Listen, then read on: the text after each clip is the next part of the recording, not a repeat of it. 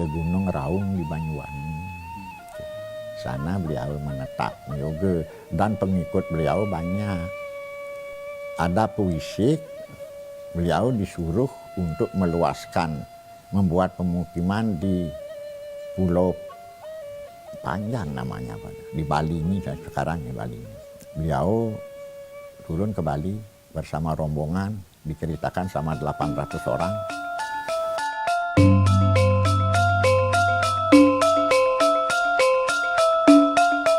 Lantaran beliau dan pengikutnya yang disebut Wong Age itu tidak mengadakan upacara ritual, nah sehingga sebagian daripada pengikut mereka ini kena wabah. Akhirnya meninggal dan kembalilah beliau lagi ke Gunung Raung yang disebut Giri Rawang untuk memohon petunjuk apa yang terjadi. Setelah dapat petunjuk, beliau datang lagi ke Bali. Pada waktu itu kedatangan beliau itulah menanamkan Pancadatu di kaki Gunung Agung. Pancadatu ada 5 jenis logam seperti emas, tembaga, perak, perunggu, dan permata. Dan disertai dengan yang disebut dengan tirta pengentas. Akhirnya selamatlah pengikut beliau dan Pulau Dewata ini. Makanya tempat ini disebut Basuki. Basuki itu artinya selamat. Selamat. Basuki ini selamat. Atau rahayu. Nah asal mula dari Basaki itu adalah Basuki dulu. Baru ada Basaki.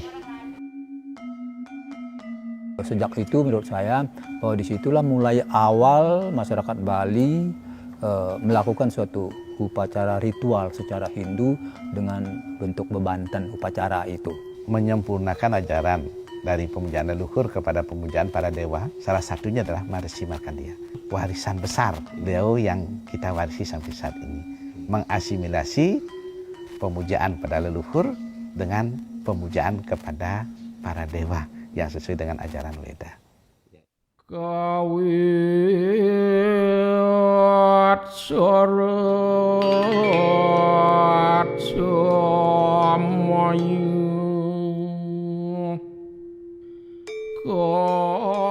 Empu Kuturan itu sekitar abad 10-11. Jadi di situ udah ada zaman kerajaan Udayana Warmadewa namanya. Itu muncul nama-nama Kuturan sebagai pejabat gitu. Istilahnya Senapati Kuturan.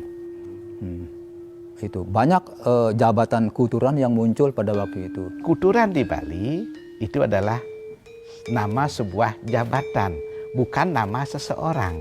Tetapi Kuturan di zaman Raja Udayana adalah Kuturan yang bernama Raja Kerta. Sedangkan Kuturan-Kuturan lain tetap ada setiap zaman pemerintahan kerajaan atau raja-raja yang berikutnya. Dalam salah satu prasasti Kuturan dengan didirikannya Pura Penenjoan yang ada di kawasan Basakih juga, yang kurang lebih ada 1000 meter di atasnya, di mana disebutkan bahwa Basakih diperluas arealnya itu di zaman Empu Kuturan di era Udayana.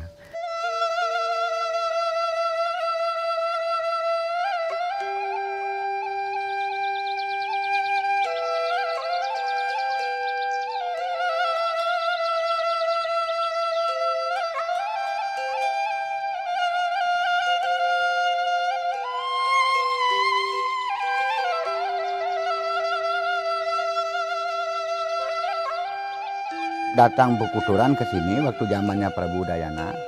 Itu kan Bali mengalami keributan dan kekacauan, ada keributan di mana-mana. Lalu diadakan pertemuan di sana, pertemuan Samuh Tiga, pertemuan segitiga. Satu dari unsur para pandita di bawah pimpinan Idem Kuturan.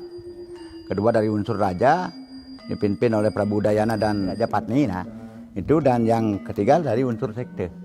Karena keibuan ini perlu dibangun disatukan umat di Bali dengan didirikan Trimurti sebagai pusat sekarang Padma Tiga ini.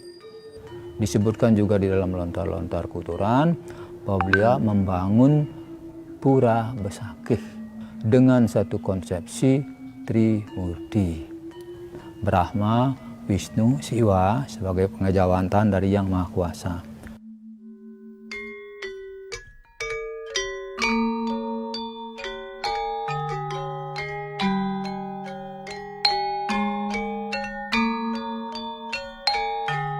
Perluasan Besakih yang paling monumental yang kita bisa lihat sampai saat ini itu ada di era Dalem Ketut Ngelesir. Beliau inilah raja yang pertama di Gel-Gel dan beliaulah yang sangat konsen dengan pembangunan Pura Besakih itu sendiri. Ditata kembali, baru dibangun pedarman-pedarman sebagai tempat pemujaan dari klan-klan, dari soroh-soroh. Dan di dalam pura penataran sendiri ada juga pedarman-pedarman.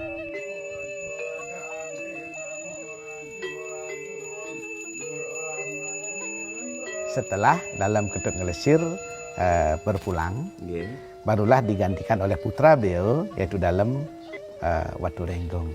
Pada era inilah kedatangan ide Dangyang Nileharta atau yang lebih populer kita kenal di Bali dengan sebutan Dangyang Dwi Jendera atau Perdana Sakti Wawurauh. Karena melihat pura yang demikian megah dan besar, barangkali pembangunannya masih berlanjut di era Dalem Waturenggong. Sehingga peran ide Dangyang Nileharta juga pasti sangat besar karena beliau sebagai seorang bagawanta di kerajaan di era itu. Karena apapun pekerjaan atau keputusan seorang raja tentunya selalu mendapat pertimbangan daripada seorang bagawanta.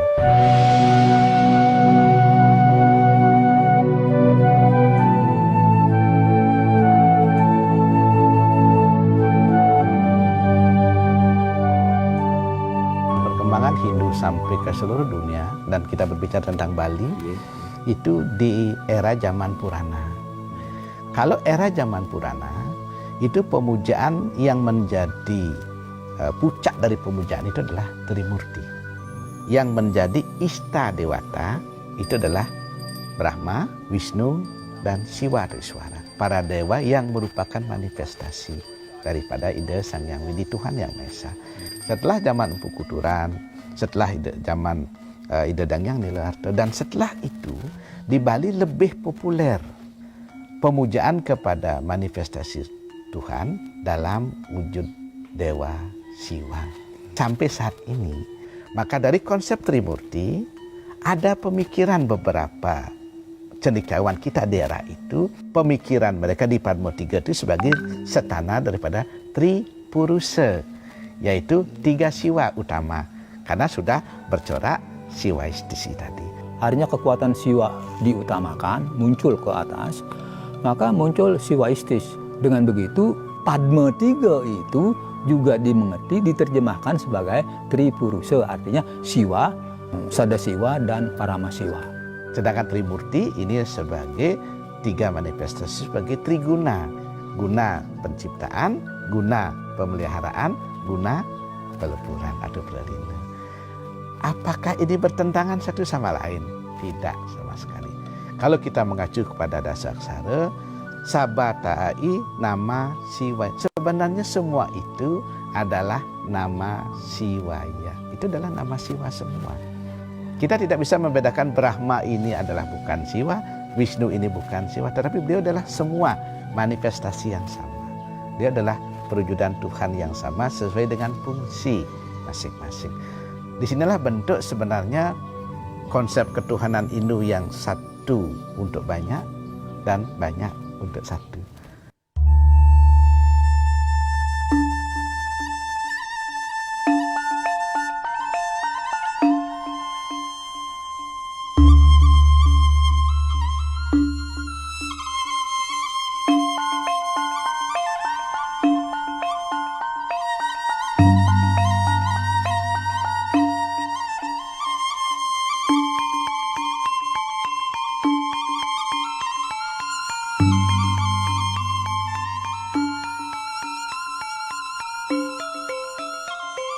Khusus tentang Besakih, itu pendiriannya adalah dengan dasar lontar Padma Buana. Di mana dalam lontar Padma Buana ini adalah seperti namanya, Padma itu adalah lotus. Di mana inti sari daripada lotus itu atau Padma itu adalah Besakih dan Padma 3. Padma 3 ini adalah inti daripada Padma itu. Daun pertama dari kelopak bunga Padma itu adalah Catur Loka Phala, yaitu 4 helai pertama. Yang pertama adalah Pura Kiduling Kreteg, terus ada Pura Gelap, ada Pura Batu Madeg, ada Pura Ulun Kukul, di mana penataran adalah inti. Jadi 4 ditambah 1. Refleksinya itu, kalau Pura Lempuyang sama dengan Pura Gelap, Pemujaan Sang Hyang Iswara. Pura Andekasa sama dengan Pura Kiduling Kreteg, Pemujaan Batara Brahma. Mahadewa di Batu Karu refleksinya adalah Ulun Kukul, sedangkan Pura Batur refleksinya adalah Pemujaan Batara Wisnu, Pura Batu Madeg. Nanti ada yang disebut dengan Catur Lawa. Nah, ini yang barangkali sering terlupakan. Kenapa terlupakan? Karena saat ini dia banyak dikategorikan sebagai Pura Pedarman. Sebenarnya Catur Lawa ini tidak masuk ke dalam Pedarman murni, karena dia adalah lawa daripada Besakih sendiri. Di mana Catur Lawa ini terdiri dari yang pertama adalah Pura Catur Lawa Ratu Pase.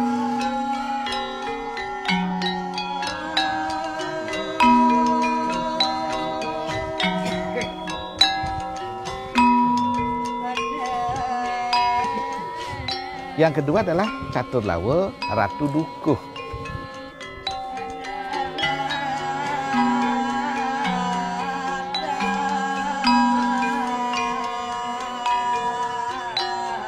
Yang ketiga adalah Catur Lawa Ratu Penyarikan.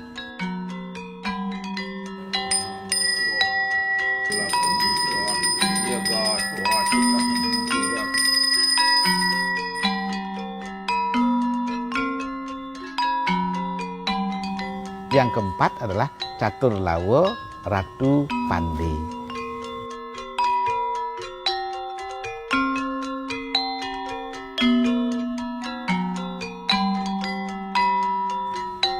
Keempat-empat ini adalah bagian sangat penting dan integral di dalam pelaksanaan upacara. Karena 4 Catur Lawa inilah yang berperan untuk suksesnya pelaksanaan upacara-upacara kecil, menengah, dan besar di Besakih.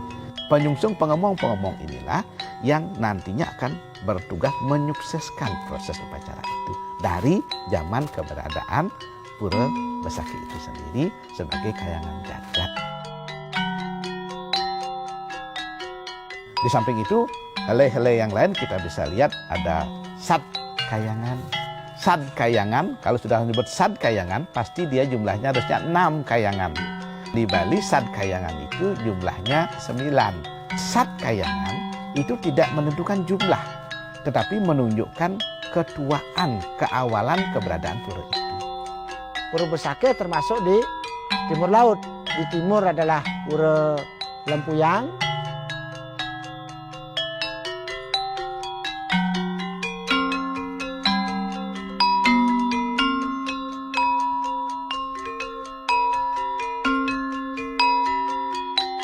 Tenggara adalah Pura Golawa, pemujaan dari Maheswara.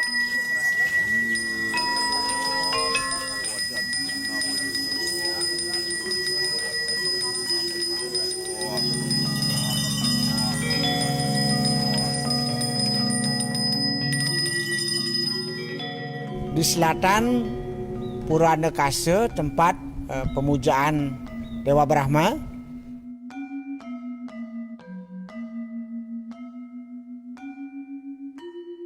Barat daya adalah Pura Uluwatu, pemujaan dari Batara Rudra.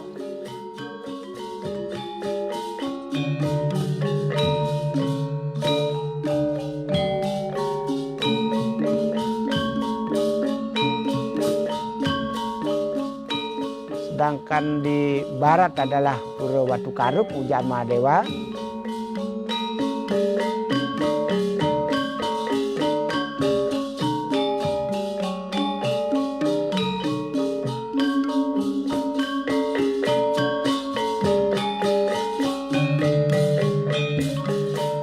Dan di barat laut adalah Pura Puncak Bangu, puncak pengelengan, pemujaan Sang Hyang Sangkara.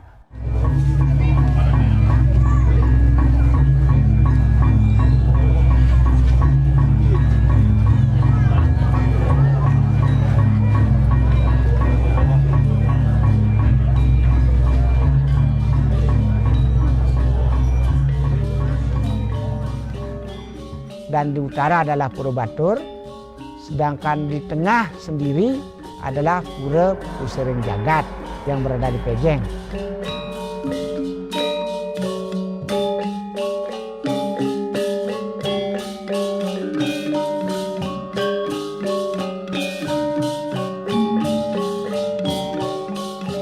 Setelah dari Sad Kayangan, kita juga mengenal pura yang disebut dengan Dang Kayangan.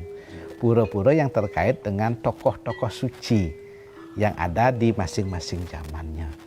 Dan sebagai helai terluarnya itu adalah Kayangan 3. Kayangan 3 ini adalah terdiri dari 3 pura, yaitu Pura Desa, Pura Puseh, dan Pura Dalem.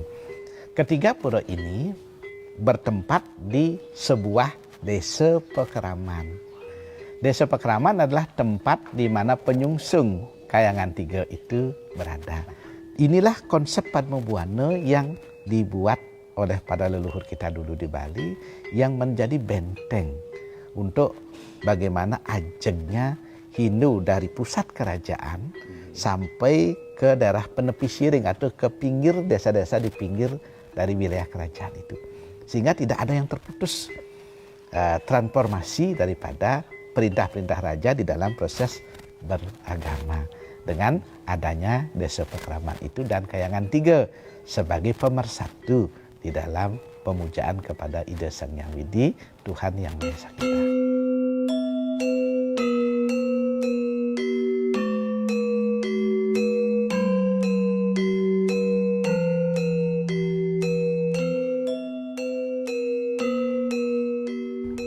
Kalau dilihat ke 18 komplek Pura Besakih itu, mulai dari bawah kita lihat persimpangan. Tetapi sebelum persimpangan di Batu Sese namanya ada Pura Lawangan Agung, tempat gapuranya masuk ke Pura Besakih. Sekitar 5 kilo dari Pura Persimpangan. Pura Persimpangan ini fungsinya adalah ketika beliau datang melasti pada saat Manco Wali Krama turun kabeh, melasti dari Kelotok kalau 5 tahun sekali, datang dari melasti simpang ke Pura Persimpangan ini. Asal katanya simpang, mampir. Kemudian yang kedua adalah Pura Dalam Puri. Pura Dalam Puri ini ada kaitannya dengan upacara Pitriannya. Apabila masyarakat Bali ada yang sudah melaksanakan upacara ngaben, ada istilah negara gunung. Dan Majaraja lalu ngelingihang. Pada saat itu harus simpang ke dalam puri menyembah Ida Betara Durga karena di sana standanya Dewi Durga. Sebelah timur Pura Dalam Puri, di sana ada Tegal Penangsaran. Ini kalau dilihat dari lontar Atmo Pertangse, di sana diuraikan ada Tegal Penangsaran, tempat roh-roh yang disiksa. Lalu melewati Batu Macepak, artinya tempat-tempat hukuman para roh yang melaksanakan kesalahan-kesalahan pada hidup di dunia. Lalu ada Titi Ugalagil, jembatan yang goyang, kalau jatuh masuk ke neraka. Naik sampai di Cemara Geseng. Cemara Geseng artinya sudah habislah seluruh karma-karma buruknya di sana. Kalau dilihat filosofis, roh-roh yang di neraka itu ingin juga menuju surga. Kesalahan-kesalahan dihapus di Cemara Geseng, telah mampu melewati Titi Ugalage, Lasu Gamplong, Batu Macepak, kemudian Kayu Curiga, Kawah dan sebagainya, naik ke Manikmas. Orang-orang yang ingin mendapat kesucian lewat Candi Bentar, naik menuju Manikmas. Manikmas ini adalah pura tempat penyucian. Kemudian dari Pura Manikmas ini menuju ke Pura Bangun Sakti. Bangun Sakti fungsinya adalah untuk pemujaan kepada Dewa Pertanian memohon agar semua tumbuh-tumbuhan bisa hidup dengan baik. Maka semua kehidupan di bumi dimohonkan di Pura Bangun Sakti. Bangun Sakti artinya, bangun artinya bangkit, sakti kehidupan. Sebelah baratnya ada Pura Ulun Kukul. Ada kukul di sana besar. Dulu kalau orang pengadilan tidak selesai, maka ada sumpah cor di Pura Ulun Kukul. Bersumpah di sana dengan membunyikan kukul itu. Sekian hari, sekian bulan sumpahnya, yang salah pasti terkena sumpahnya sendiri. Di sana kalau menurut pengideran Pura Ulun Kukul ini termasuk arah barat dari Pura Penataran Agung, tempat pemujaan Mahadewa. Lalu ke utara dari Pura Ulun Kukul ada Merajaan Selonding. Itu tempat penyimpanan musik selonding dari keturunan Demane Angkeran yang masih memelihara di sana pengembangnya.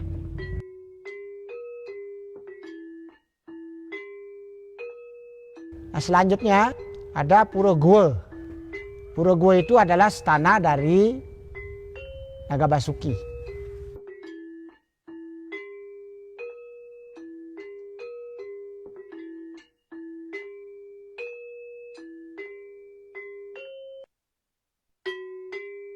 Di atasnya ada Pura Rambut Sedana yang fungsinya adalah berkaitan dengan dagang.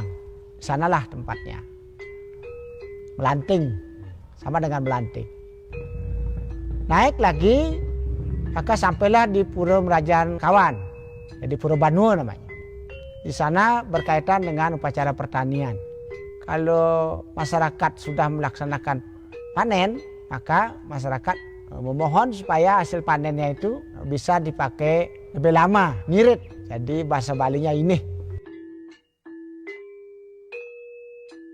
Lalu ke timur dikit ada Merajaan Kanginan. Sebenarnya merajannya Demane Angkeran. Lalu ada Pelinggi Empu Bradah, karena Empu Bradah pernah berjasa di Besakih. Lalu ke barat ada Pura Cenggale. Ini adalah Pura yang aloh, Rajapati kalau. Di sana disimpan patung Empu Kuturan dan Resi Markandia. Di atas Pura Banu ada Pura Basukian. Nah, Pura Basukian ini sentralnya Besakih. Pura ini sebenarnya menjadi dua bagian. Di utama Mandala ini adalah Istana Lingga Ida Betara Naga Basuki.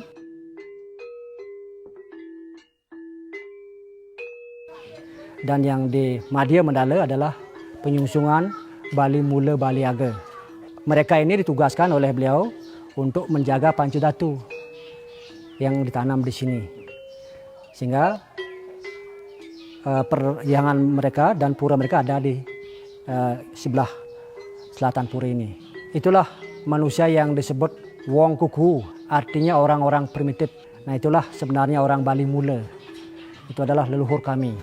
Pura ini juga identik dengan sebutan Pura Pusah Jagat. Di Bali kan ada yang disebut dengan Kayangan Tiga atau Trikayangan. Pura Dalam Puri adalah kiblatnya dalam sejagat Bali.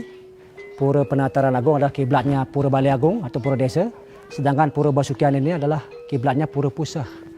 Makanya disebut Pusah Jagat. Dari Basukian ke bawah itu sore ngamal-amal. Konsepnya adalah Sabtu Petala, 7 lapisan bumi. Jadi kalau Ture ngamal-amal itu konsepnya Sabtu Loka.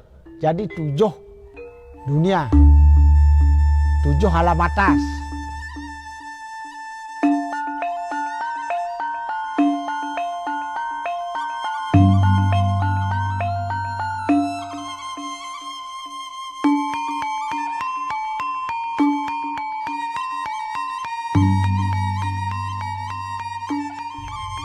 Naik ke Penataran Agung, di teras pertama akan bertemu dengan Balai Pegat dan Balai Ongkare. Ada Balai Pegabuhan. Di sana teras pertama dari Sabtoloka itu. Mandala kedua adalah Pura Penataran Agungnya.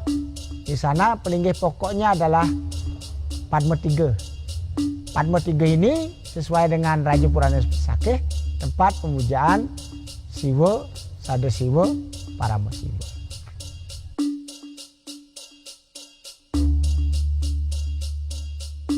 Mandala 3, pelinggih pokoknya adalah Betara Majapahit, Maspahit, Meru Tumpang 11.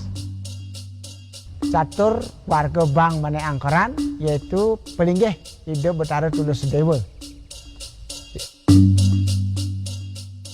Mandala keempat, Pelinggih pokoknya ada Betara Sunaring Jagat. Di sebelah kirinya ada Betara Supandar.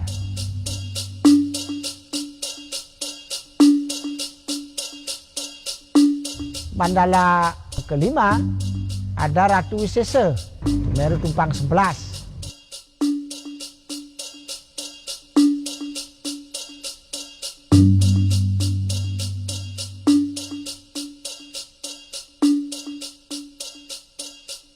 Mandala keenam ada Pelinggih Kiwa Tengen. Pelinggih Kiwa Tengen ini pemujaan kepada Ardenariswari, jadi perusuh perdana.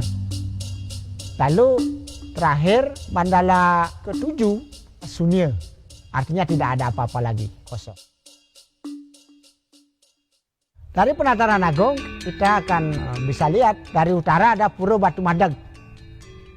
Pura Batu Madeg ini tempat distanakannya Ide Betara Wisnu pada Meru Tumpang 11. Di Batu Madeg ada juga Pedarman Ide Mane Angkeran, Meru Tumpang 9.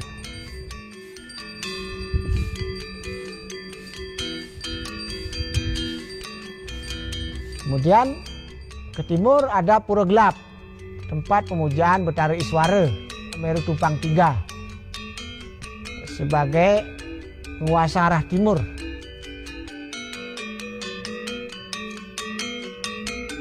Kemudian ke selatan ada Pura Kiduleng Kerteg, pemujaan Ide Betara Brahma pada Meru Tumpang 11.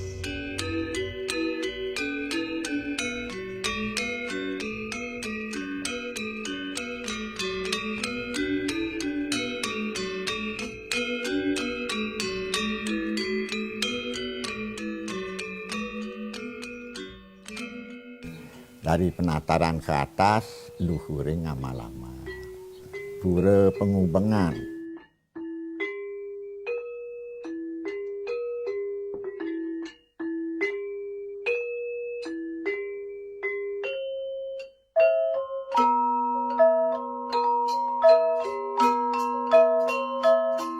Pura Tirta.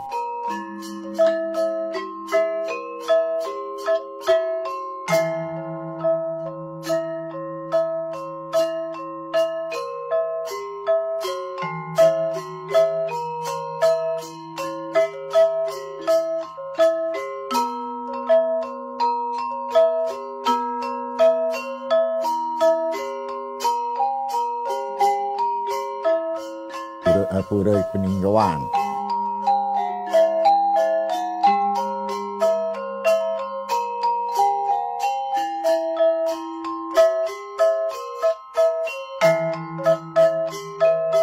Masyarakat desa adat Besakih dibagi untuk memaksan masing-masing pura. Sebab kalau satu maksan satu 6 bulan itu 19 kali modalin.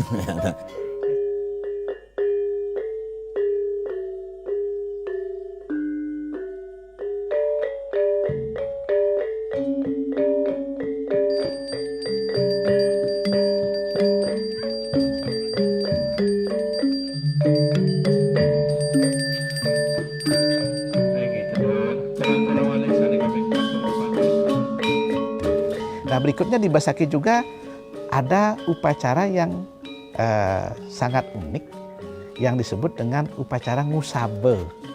Juga kita kenal dengan istilah mecatur. Upacara mecatur ini adalah upacara yang dilangsungkan di 4 catur lokopala itu. Kari yang 4 itu adalah mulai dari Pura Gelap. Karena Pura Gelap itu Linggih yang Iswara, itu upacaranya dilaksanakan pada Purnamaning Karo yang disebut dengan karya pengentek jagat. Dan setelah di situ baru ke Pura Ulung Kukul Linggih yang Mahadewa, itu yang disebut dengan karya pengurip bumi, itu disanakan di Lemeng ketiga. Nah, setelah di situ lagi ke tengah di Padma 3 yang disebut dengan Usaba Kapat. Dan setelah di Padma 3 pindah ke Pura Batu Madag, Istana Lingga Hyang Wisnu. Itu adalah di Tilem kelima yang disebut dengan Penaung Bayu. Setelah itu baru ke Pura Kidul Keteg, itu di Purnama ke-6 yang disebut dengan Kari Penja Brahma. Ada perayaan yang dilakukan setiap setahun sekali juga yang disebut dengan Bathara Turun Kabeh. Semua dewa-dewa yang ada di Besakih semua turun ke penataran, itu turun kabeh.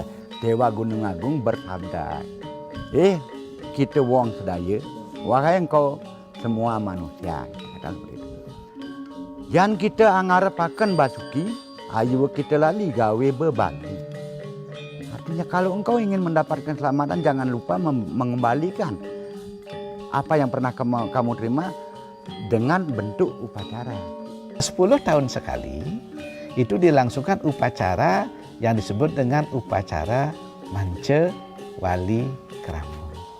Itu dilangsungkan rutin setiap 10 tahun sekali. Dan yang sudah kita ketahui sebagai goal upacara tertinggi yang sudah kita rayakan sampai saat ini, itu yang setiap 100 tahun sekali, yang disebut dengan upacara Eke Dasa Ludra. Masih ada satu upacara. Upacara ini di dalam lontar Bamakerti atau lontar-lontar yang mengacu tentang Raja Purana yang ada di Besakih, ini disebut dengan upacara Merebu Bumi yang dilangsungkan setiap 1000 tahun sekali.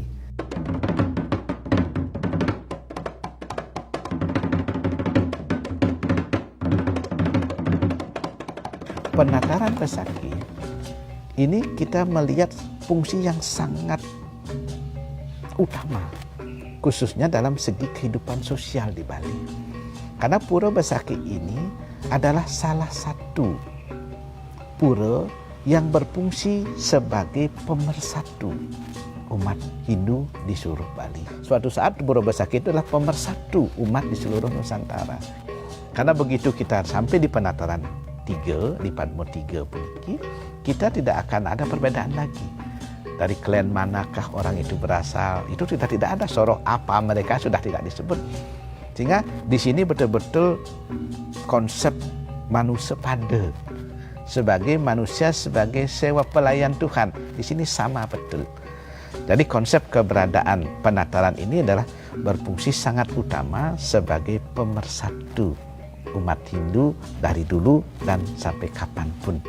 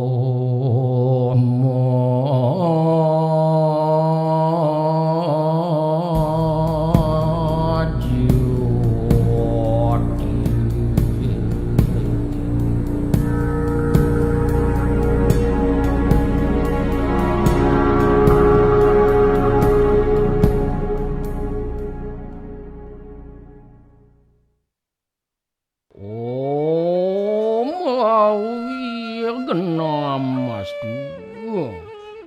iki caritaning pangani kering Gunung Agung mangguing prasasti